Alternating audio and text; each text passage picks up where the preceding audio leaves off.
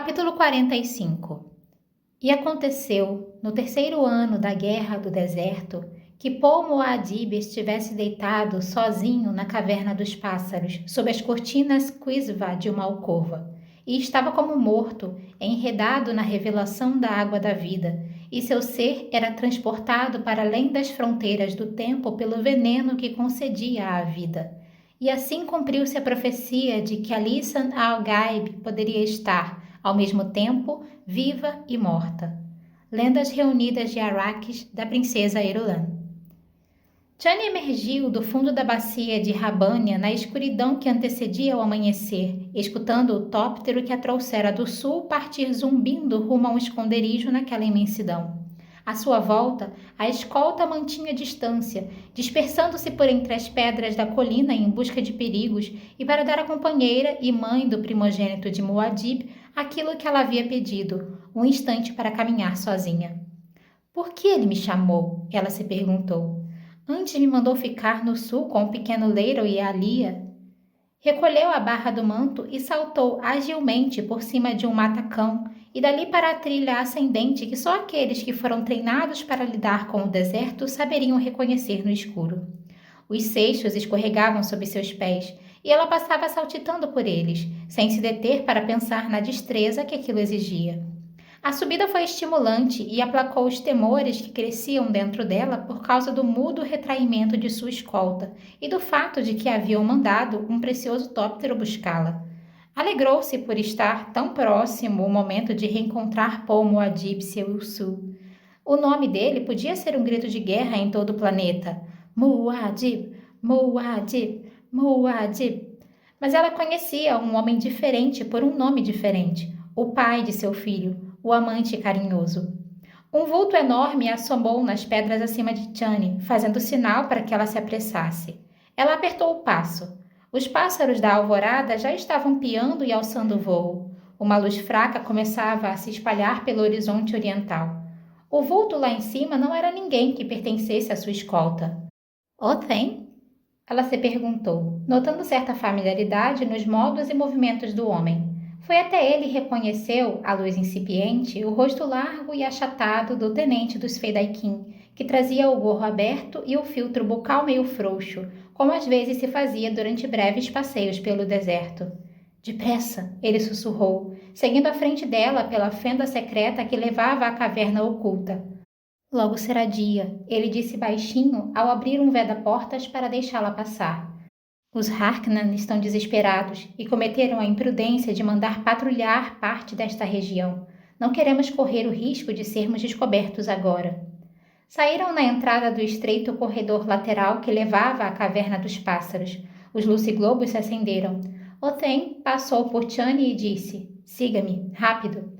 Correram pela passagem, atravessaram mais uma porta-válvula, outra passagem e as cortinas que davam entrada ao que antes havia sido a alcova da Sayadina, quando a caverna era apenas um lugar de descanso onde passar o dia.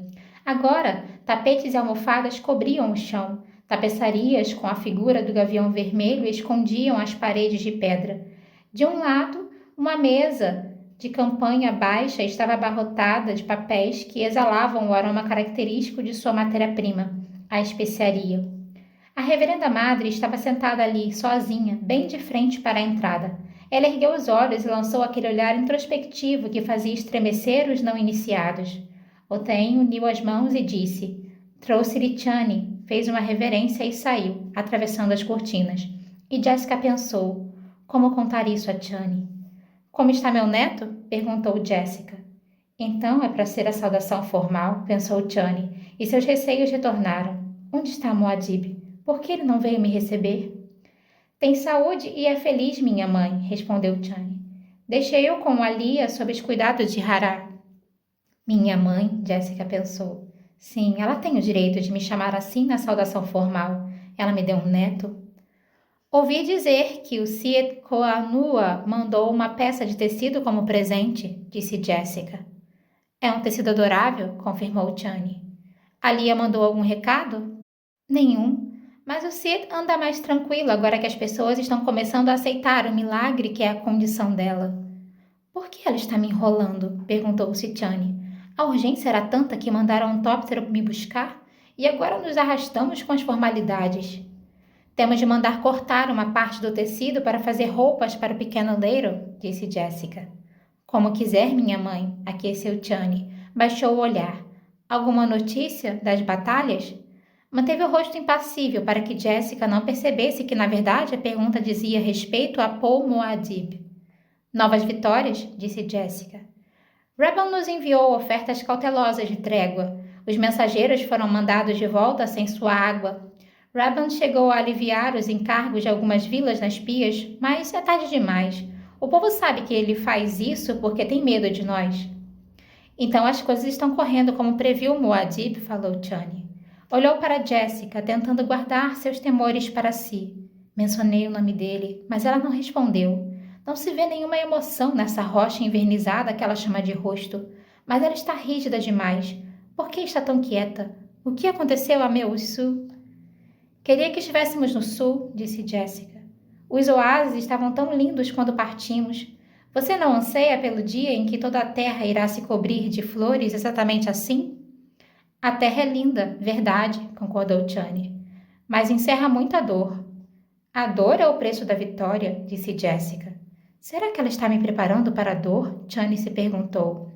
Disse. São tantas as mulheres sem homens. Ficaram enciumadas ao saber que haviam mandado me chamar aqui no norte. Eu mandei que a chamassem, informou Jessica. Chani sentiu seu coração bater com força. Queria tapar os ouvidos com as mãos, receosa do que poderiam escutar. Mesmo assim, ela manteve a voz firme. A mensagem era assinada por Paul Muad'Dib. Eu a assinei desse modo diante dos lugares tenentes de meu filho, explicou Jessica. Foi um ardil da necessidade. E Jessica pensou, é valente a mulher de meu Paul. Ela se atém ao protocolo, mesmo estando quase dominada pelo medo. Sim, talvez ela seja justamente de quem precisamos agora. Apenas um levíssimo tom de resignação se insinuou na voz de Chani quando ela disse, agora pode me dizer o que precisa ser dito. Você era necessária aqui para me ajudar a reanimar Paul, disse Jessica, e pensou, pronto, falei da maneira correta. Reanimar. Assim ela saberá que Paul está vivo, mas corre perigo, tudo numa palavra só. Chani precisou apenas de um momento para se acalmar e então, o que é que posso fazer? Ela queria pular em cima de Jessica, sacudi-la e gritar, leve-me até ele, mas esperou a resposta em silêncio. Desconfio, disse Jessica, que os Harkonnen tenham dado o jeito de infiltrar um agente entre nós para envenenar Paul. É a única explicação que parece adequada. Um veneno dos mais incomuns. Examinei-lhe o sangue com os métodos mais sofisticados e não detectei. Chani atirou-se para a frente e caiu de joelhos. Veneno? Ele está sofrendo? Está inconsciente, explicou Jessica. As funções vitais estão em níveis tão baixos que só podem ser detectadas com as técnicas mais refinadas. Estremeço só de pensar no que poderia ter acontecido se não tivesse sido eu a primeira a encontrá-lo. Para o olhar não treinado, ele parece morto. Tem outros motivos, além da cortesia, para ter me chamado, disse Chani. Eu a conheço, reverenda madre. O que acha que eu posso fazer que a senhora não tenha conseguido? Ela é corajosa, adorável e... tão perceptiva, pensou Jessica. Teria dado uma ótima Bene Gesserit. Chani, disse Jessica. Pode achar isso difícil de acreditar, mas não sei exatamente por que mandei chamá-la. Foi instinto, uma intuição básica. O pensamento me ocorreu espontaneamente. Mande chamar Chani. Pela primeira vez, Chani viu a tristeza na expressão de Jessica, a dor desvelada que modificava seu olhar introspectivo. Fiz tudo o que sabia fazer, contou Jessica. E esse tudo vai tão além do que geralmente se entende por tudo que você teria dificuldade para imaginá-lo. Mesmo assim, fracassei. O velho companheiro, Halleck, perguntou Chani. É possível que seja um traidor? Não o Gurney, disse Jessica. As 3 palavras foram uma conversa inteira, e Chani viu a busca, os exames, as lembranças de antigos fracassos que faziam parte daquela negativa categórica. Chani oscilou para trás, voltando a apoiar-se sobre os pés.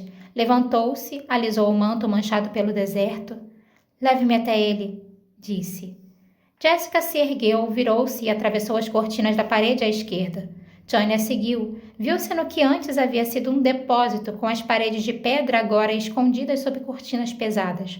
Paul estava deitado sobre um coxim de campanha, encostado à parede mais distante. Acima dele, um único luciglobo iluminava-lhe o rosto. Um manto negro o cobria até o peito, deixando seus braços livres, esticados ao longo do corpo. Parecia estar despido sob o manto. A pele exposta parecia rígida, feita de cera. Não produzia nenhum movimento discernível. Chani reprimiu o desejo de se adiantar e atirar-se sobre ele. Em vez disso, descobriu que seus pensamentos voltavam-se para seu filho, Lero, e percebeu naquele instante que Jessica havia passado por aquilo um dia. Seu homem ameaçado pela morte e ela obrigada em sua própria mente a considerar o que se poderia fazer para salvar um filho jovem. Essa consciência formou um laço repentino com a mulher mais velha, e Chani estendeu a mão para segurar a de Jessica. A força com que a mãe de Paul retribuiu o gesto era dolorosa. Está vivo, disse Jessica.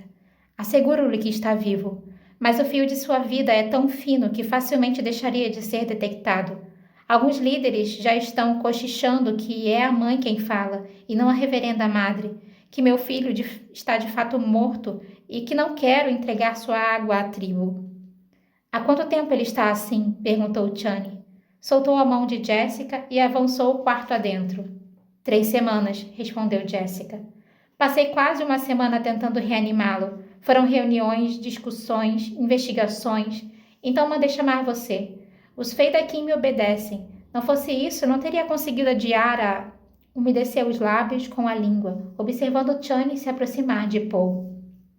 Chani agora estava de pé ao lado dele, olhando de cima para a barba macia da juventude que lhe emoldurava o rosto, traçando com os olhos a linha alta das sobrancelhas, o nariz pronunciado, as pálpebras cerradas, o semblante tão tranquilo na rigidez do repouso.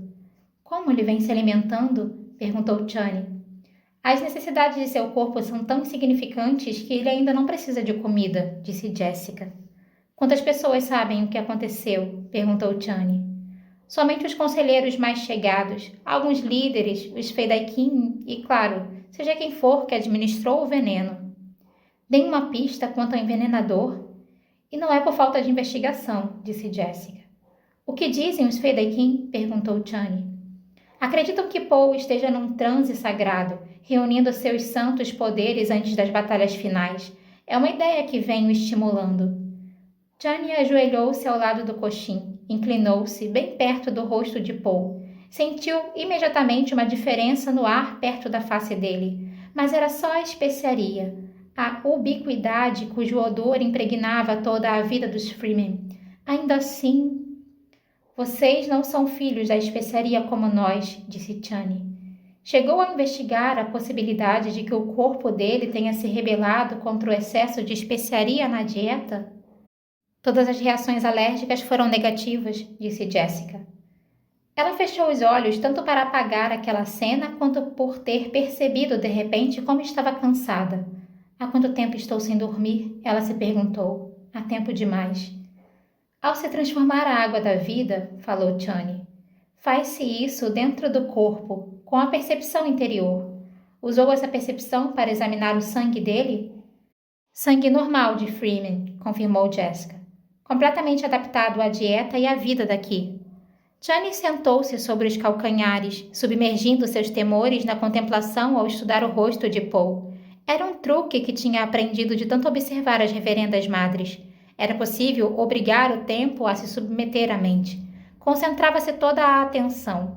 Sem demora, Chani disse, temos um criador aqui?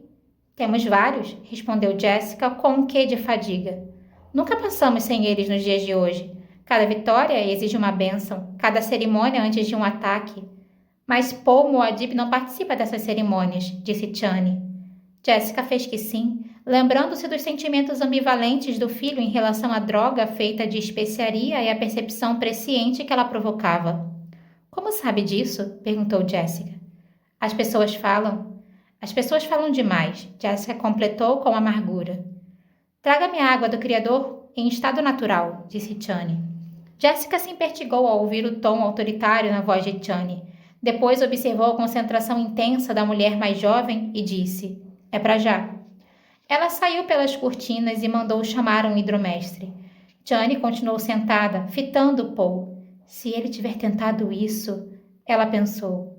E é o tipo de coisa que ele talvez tentasse. Jessica ajoelhou-se ao lado de Chani, segurando um modesto jarro de campanha. O cheiro forte do veneno fez arderem as narinas de Chani. Ela mergulhou um dedo no líquido e levou-o para bem perto do nariz de Paul. A pele do nariz sofreu um leve enrugamento. As narinas se dilataram lentamente. Jessica sufocou um grito. Chani, com o dedo molhado, tocou o lábio superior de Paul. Ele inspirou demorada e entrecortadamente. O que significa isso? Quis saber Jessica. Calma, pediu Chani. Precisa converter uma pequena quantidade da água sagrada. Rápido. Sem questionar, pois havia reconhecido na voz de Chani o tom de alguém que sabia o que estava fazendo, Jessica levou o jarro à boca e sorveu um pequeno gole. Os olhos de Paul se abriram de repente. Ele fitou Chani. Ela não precisa transformar a água, disse. Sua voz saiu fraca, mas firme. Jessica, com um pouco do líquido sobre a língua, sentiu seu corpo se mobilizar para converter o veneno quase automaticamente. Na ligeira exaltação que a cerimônia sempre proporcionava, ela percebeu o brilho vital que Paul emanava, uma radiação que ficou registrada nos sentidos dela. Naquele instante ela compreendeu. Você bebeu a água sagrada. Ela deixou escapar. Só uma gota, disse Paul. Tão pequena, uma gota. Como é que pôde fazer uma coisa tão idiota? Ela indagou. Ele é seu filho, disse Chani. Jessica lançou-lhe um olhar feroz. Um sorriso raro, afetuoso e compreensivo roçou os lábios de Paul. Ouça, minha querida, ele falou. Escute o que ela diz, mãe. Ela sabe. Se outras pessoas são capazes de fazer uma coisa, ele tem de fazer essa coisa, explicou Chani. Com a gota em minha boca, quando senti seu contato e seu cheiro, quando entendi o que fazia comigo, entendi que era capaz de fazer a mesma coisa que você fez, ele disse. Suas sensoras Bene Gesserit falam do Kwisatz Haderach, mas sequer imaginam os diversos lugares por onde andei, nos poucos minutos em que eu... Não completou a frase, olhando para Chani com uma carranca confusa. Chani? Como foi que chegou aqui? Você deveria estar... Por que está aqui? Ele tentou se apoiar nos cotovelos. Chani o empurrou delicadamente para trás. Por favor, meu Su, ela pediu. Sinto-me tão fraco, ele disse. Seu olhar percorreu a sala. Há quanto tempo estou aqui? Você esteve 3 semanas num coma tão profundo que a centelha da vida parecia ter partido, contou Jessica. Mas foi... Eu tomei a água 1 segundo atrás e... 1 segundo para você, 3 semanas de medo para mim, disse Jessica. Foi só uma gota, mas eu a converti, disse Paul. Transformei a água da vida. E antes que Chani ou Jessica conseguissem detê-lo, ele enfiou a mão no jarro que haviam deixado no chão, ao lado dele. Levou a mão ensopada à boca e engoliu o líquido contido na palma em concha. Paul! Gritou Jessica. Ele segurou a mão da mãe, encarou-a com um sorriso descarnado e inundou-a com sua percepção. A conexão não era tão terna, recíproca e abrangente como havia sido com a Lia e a velha reverenda madre na caverna, mas era uma conexão, os sentidos compartilhados da totalidade do ser. Isso a abalou e enfraqueceu, e ela se encolheu em sua mente, com medo dele. Em voz alta ele disse, vocês falam de um lugar onde não podem entrar? Esse lugar que as reverendas madres não conseguem confrontar. Mostre-o para mim. Ela sacudiu a cabeça, aterrorizada diante dessa ideia. Mostre-o, ele mandou. Não! Mas não havia como fugir dele. Intimidada pela força terrível do filho, ela fechou os olhos e focalizou seu interior, a direção que é treva.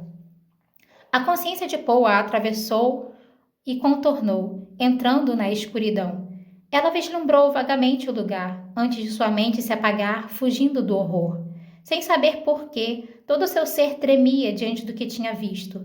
Uma região onde o vento soprava e as centelhas fulguravam, onde anéis de luz se expandiam e contraíam, onde fileiras de formas brancas e túmidas passavam por cima, por baixo e em volta das luzes, impelidas pela treva e por um vento vindo do nada. No mesmo instante, ela abriu os olhos, viu que o Paul a observava. Ele ainda segurava a mão dela, mas a conexão terrível havia desaparecido. Ela apaziguou seus tremores. Paul soltou a mão dela. Foi como se removessem uma muleta. Ela ficou de pé, sem muita firmeza, e cambaleou para trás. Teria caído se Chani não tivesse se levantado num salto para ampará-la. Reverenda Madre, exclamou Chani. O que há de errado? Cansada, Jessica sussurrou. Tão cansada. Aqui, disse Chani. Sente-se aqui. Ela ajudou Jessica a se sentar numa almofada encostada à parede. O contato daqueles braços jovens e fortes pareceu tão bom a Jessica. Ela se agarrou a Chani. Ele realmente viu a água da vida? Chani perguntou. Desvencilhou-se de Jessica. Viu, Jessica sussurrou. Sua mente ainda estava em turbilhão devido àquele contato. Era como pisar em terra firme depois de semanas em mar agitado. Sentiu a velha reverenda madre dentro de si e todas as outras, despertas e intrigadas. O que foi isso? O que aconteceu? Onde ficava aquele lugar? Entremeada àquilo tudo estava a percepção de que seu filho era o Kwisatz Haderach, o homem capaz de estar em muitos lugares ao mesmo tempo. Ele era o fato nascido do sonho das Bene Gesserit, e o fato não a deixava tranquila. O que aconteceu? Quis saber Chani. Jessica chacoalhou a cabeça. Paul disse. Há em cada um de nós uma força ancestral que tira e uma força ancestral que dá. Um homem não vê dificuldade em confrontar aquele lugar dentro de si mesmo onde vive a força que tira, mas para ele é quase impossível enxergar a força que dá sem se transformar em algo diferente de um homem. Para uma mulher, é a situação contrária. Jessica ergueu os olhos. Viu que Chani olhava para ela enquanto ouvia Paul. Está me entendendo, mãe? Perguntou Paul. Ela só conseguiu assentir com a cabeça. Essas coisas estão há tanto tempo dentro de nós, disse Paul, que se arraigaram a cada célula de nossos corpos. Somos moldados por essas forças. Podemos dizer a nós mesmos, sim, entendo como algo assim possa existir. Mas quando olhamos para dentro e confrontamos a força bruta de nossa própria vida sem proteção, vemos o perigo que corremos. Vemos que isso poderia nos esmagar. O maior perigo para aquele que tira é a força que dá. É tão fácil ser esmagado tanto pelo dar quanto pelo tirar. E você, meu filho? Perguntou Jessica. Você dá ou tira? Eu sou o fulcro, ele disse. Não posso dar sem tirar. E não posso tirar sem... Interrompeu o que ia dizendo e olhou para a parede à sua direita. Chani sentiu uma corrente de ar. Virou-se a tempo de ver as cortinas se fecharem. Era Othain, disse Paul. Ele estava escutando.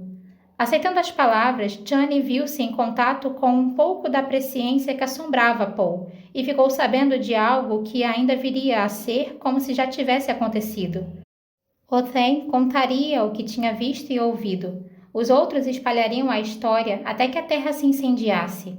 Paul Muad'Dib não é como os outros homens, eles diriam. Não resta dúvida. Ele é um homem, mas enxerga a água da vida, assim como fazem as reverendas madres. Ele é, de fato, Alysanne al-Gaib.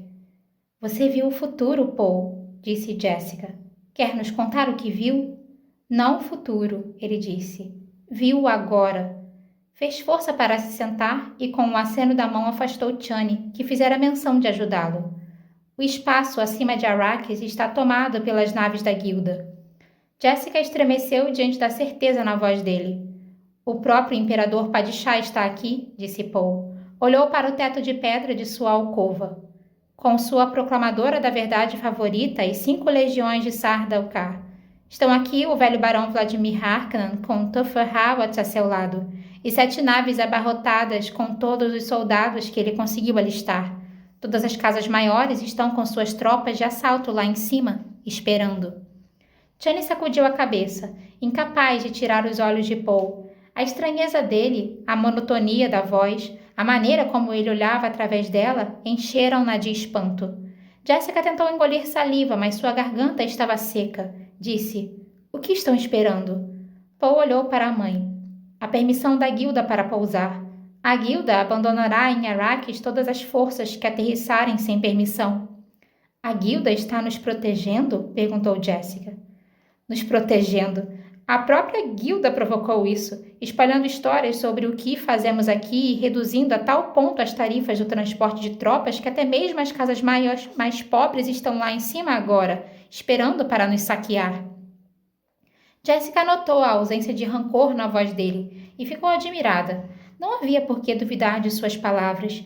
Tinham aquela mesma veemência que ela notara no filho na noite em que ele havia revelado a senda futura que os levaria a viver entre os Freemen. Paul inspirou fundo e disse: Mãe, você tem de transformar um pouco da água para nós. Precisamos do catalisador. Chani, mande uma equipe de batedores lá para fora, para procurar uma massa pré-especiaria. Se semearmos um pouco da água da vida acima de uma massa pré-especiaria, sabem o que acontecerá? Jessica ponderou as palavras dele e de repente entendeu o que ele queria dizer. Paul! Exclamou com a voz entrecortada. A água da morte, ele disse. Seria uma reação em cadeia. Apontou o chão. Espalharia a morte entre os criadorzinhos, matando um vetor do ciclo de vida que abrange a especiaria e os criadores. Arrakis irá se tornar uma verdadeira desolação, sem a especiaria, sem os criadores. Chani levou a mão à boca, chocada, atônita e sem palavras diante da blasfêmia que saía dos lábios de Paul. Aquele que tem como destruir uma coisa é quem realmente a controla, disse Paul. Nós temos como destruir a especiaria. O que está segurando a guilda? Sussurrou Jessica. Estão à minha procura, respondeu Paul. Pense nisso. Os melhores navegadores da guilda, homens capazes de sondar o futuro e buscar o trajeto mais seguro para os paquetes mais velozes, todos eles estão procurando por mim. E, sem conseguirem me encontrar, como tremem, sabem que tenho o segredo deles aqui. Paul ergueu a mão em concha. Sem a especiaria, estão cegos. Chani encontrou sua voz. Você disse que vê-o agora. Paul voltou a se deitar, vasculhando o presente estendido, cujos limites entravam pelo futuro e pelo passado, agarrando-se à percepção com dificuldade, pois a iluminação da especiaria começava a se apagar. Vá fazer o que mandei, ele disse. O futuro está ficando tão turvo para a guilda quanto para mim. As linhas de visão estão se estreitando. Tudo se concentra aqui, onde está a especiaria, onde nunca ousaram intervir antes, porque intervir seria perder o que precisavam ter. Mas agora estão desesperados. Todas as sendas levam às trevas.